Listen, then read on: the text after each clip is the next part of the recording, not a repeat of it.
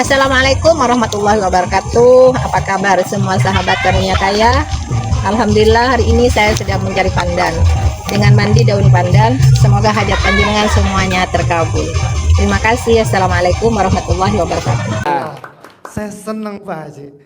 Jadi saya profesi sebagai pimpinan pondok pesantren. Pimpinan pondok pesantren di mana? Di Sukamakmur ada, di Cijeruk saya punya majelis, di Sentul juga ada.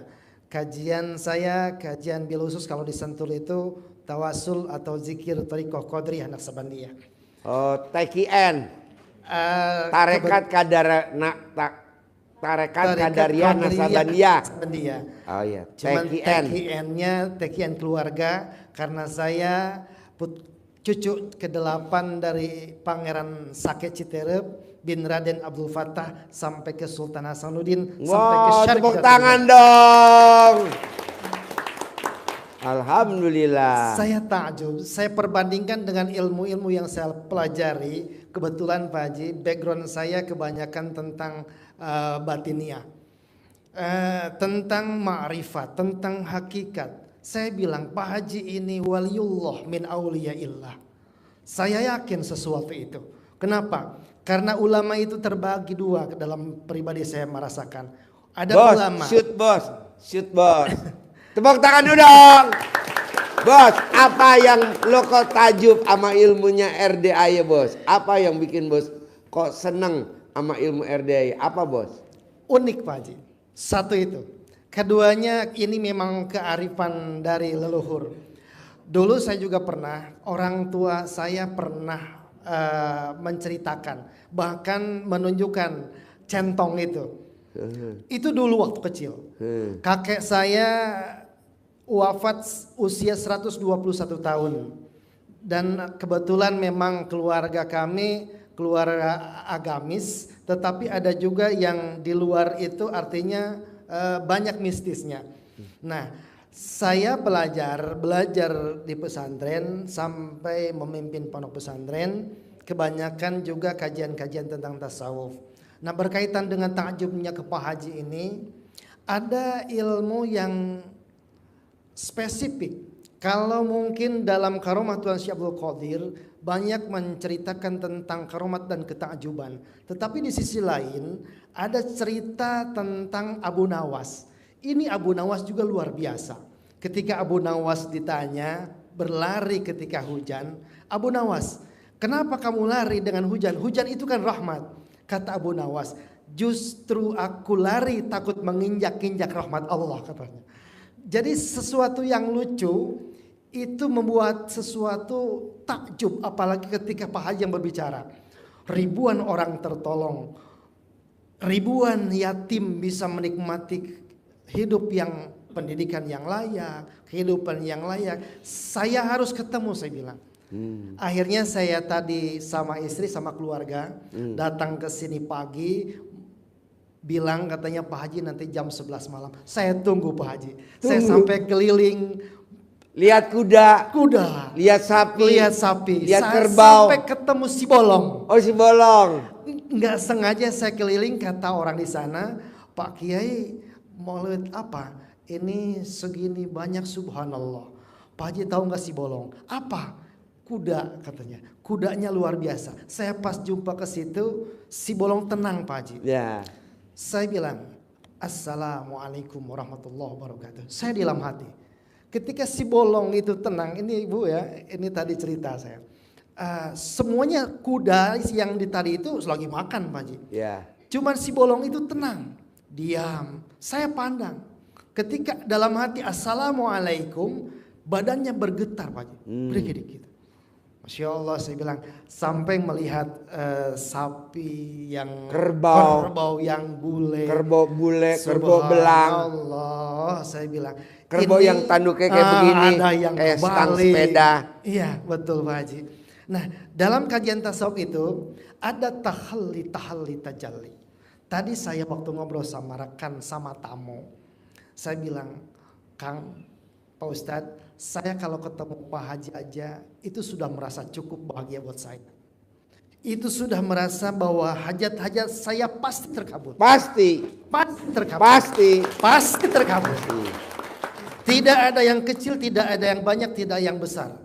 Ketika Allah saya sudah sampaikan di sini dan Allah hantarkan ke depan Pak Haji dengan semua pelantara, dengan semua ijazah, dengan semua syariat, yakin ini pintunya makbulnya Allah. Iya. Saya sudah ketemu dengan Pak Haji, Pasti. saya ingin salaman, Ya. saya ingin diaku jadi murid Pak Haji. Ya. Tepuk tangan dulu dong. Wow.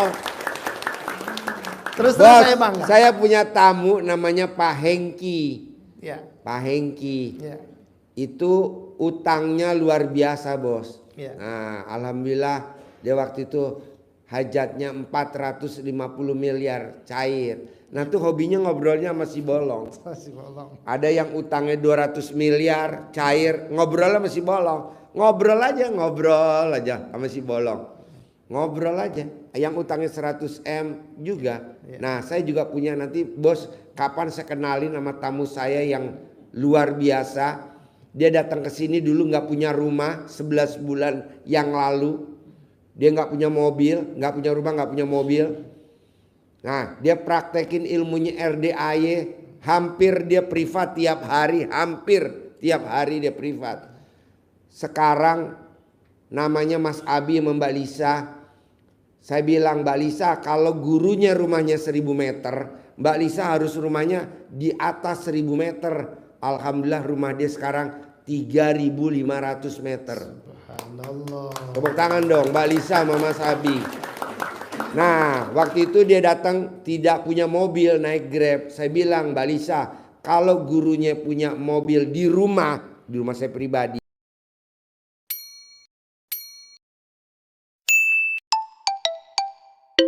19 mobil. Mbaknya harus punya mobilnya 19. Alhamdulillah sekarang mobilnya dia baru 11 bulan nih berobat ke RDAY, 19 unit mobil. Yang 5 supercar. Insya Allah, dan pasti saya akan nyusul seperti itu, Pak. Iya, makanya nanti Pak Kiai saya kasih nomor teleponnya, nanti privat langsung tanya Mbak Lisa, Mas Abi, apa yang bikin hajatnya bisa cair 200 miliar, 100 miliar. Nah, ini sekarang nih dia untuk program yang keempat cair 100 miliar nih, yang ketiga. Makanya kemarin kan saya mau berangkat, saya hobi Pak Kiai, berangkatin umroh anak-anak kecil yatim umur 5 tahun, 6 tahun, 7 tahun, saya hobi dari 2011 sampai 2024, hobi. Nah, kemarin Mbak Lisa kan cair yang 100 miliar. Makanya dia kemarin bilang, Pak Haji boleh gak yang berangkat umroh 2024 jangan Pak Haji yang bayar, saya aja semuanya yang bayar. Kok gitu? Ya kan hajat saya kan diajarin Pak Haji terkabul. Jadi duit saya tadi kan utuh kan. Nah, itu yang tidak saya pikirin, Bos. Padahal saya udah nganggarin, malah gak kepake duitnya. Nah, Pak Kiai bisa belajar langsung tuh sama dia. Nanti saya kasih, nanti ngobrol. Mbak Lisa, kalau Mbak Lisa 200 miliar cair, saya pasti Pak Kiai. Nanti 200 miliar Pak Kiai bisa buat ngembangin pesantrennya. Begitu, tapi nggak usah nyari donatur yang datang. Kalau Pak Kiai nyari donatur, saya nggak setuju. Saya nggak pernah donatur datang. Kayak contoh tadi, Pak Haji saya dagang kue subuh, saya mau privat tapi nggak mau disentul. Saya maunya yang di restoran hotel Borobudur. Saya bilang mesti 100 juta. Ada saya. Emang Bapak jualan apa? Kan saya yang jual kue subuh. Hah? Kue subuh? Kok bisa? Kan saya meraktekin ilmu Pak Haji. Meja saya hamparin secara dalam ganjil, terus saya tutup sama taplak. Per 1 jam nggak sampai udah ganti. Wow, ilmu kearifan lokal, saya bilang gitu. Jadi sebetulnya Pak Haji, yang saya pelajari, saya perbanding ketika melihat YouTube-nya Pak Haji. Ilmu kearifan lokal yang Pak Haji ajarkan, walaupun kata-kata kadang kalau orang yang nggak tahu mungkin bagaimana, jorok tak apa bagaimana. Tapi saya bukan melihat di situnya Pak Haji, tetapi substansinya. Ketika Pak Haji menceritakan pasti, itu adalah ilmu yakin. Dan ilmu yakin Pak Haji itu sudah sampai kepada hakul yakin. Wow. Tepuk tangan dong. Wow. Jadi kalau ilmu masih yakin, baru yakin, itu masih ada harapan berubah dan tergoda. Kalau sudah ainul yakin, itu kuat. Tetapi kuatnya yang ainul yakin belum sampai kepada yang Pak Haji hakul yakin tadi. Orang boleh berkata tentang doa ini kamu pasti begini, tapi belum tentu dia merasakan apa yang dia katakan. Tapi Pak Haji ketika sesekali mengatakan pasti, nah itu pula yang Pak Haji rasakan. Tepuk tangan dong. Wow. Subhanallah. Makanya dari kemarin saya sama istri. Nih Pak Kiai ya, Ya. orang dijadiin tersangka nih ya, jadiin tersangka ya, Ya. sama KPK kayak sama siapa, dia datang ke RDAY, saya bilang gak mungkin, gak jadi lu Pak Kiai. Divonis sama dokter sakit kanker payudara stadium 3C. Istrinya kepala Kejaksaan Tinggi Surabaya, saya bilang sembuh, pasti sembuh lu Pak Kiai. Iya. Ada lagi sakit leukemia, ya Kang Nur ya. Saya bilang pasti sembuh. Mana ada orang sakit leukemia sembuh? Pasti sembuh lu Pak Kiai. Enggak saya sentuh. Orangnya ada di rumah sakit, di ruang isolasi.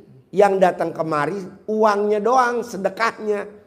Boro-boro yang sakit. Yang sakit kan di ruang isolasi. Gue bilang udah pasti sembuh lah. Apa yang dilakukan? Sedekah senilai makanan favoritnya dia. Kali jumlahnya anak yatim 500 kali 12 Pak Kiai. Gitu. Nah langsung tuh yang leukemia sembuh. Yang sakit kanker payudara sembuh. Yang jadi tersangka. Bisa gak jadi tersangka? Harusnya kan jadi tersangka kan? Harusnya masuk penjara. Enggak Pak Kiai. Tuh dahsyatnya ilmu kearifan lokal. Betul. Saya bilang, pokoknya selama di BAP jangan pakai celana dalam.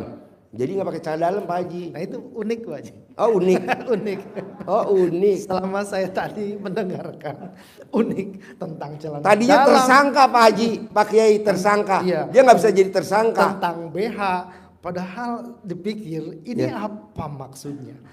Ya, sebetulnya Pak Haji ini sedang menyembunyikan sesuatu yang hakiki. Yang hakikatnya itu adalah bersedekah kepada anak yatim, membahagiakan kepada orang-orang. Candaan itu memberikan ibu-ibu ketawa. Yang jadi makom ijabah itu ilmu Pak Haji bersedekahnya, memberikan kenyamanan, bahagia, sesulit apapun. Apa yang Bapak Haji katakan sesungguhnya, jadilah kita harus jadi orang kaya walaupun tanpa harta, jadilah kita harus jadi mampu jadi raja walaupun tanpa mahkota. Nah itu semua Pak Haji sudah buktikan. Otomatis bahagianya orang yang bahagia walaupun tidak punya harta itu pasti ada harta nantinya, betul Pak Haji ya? Iya. Pasti akan kaya raya. Makanya. Nah, nih Pak Kiai ini memang agak aneh. Kenapa dia jadi tersangka nggak jadi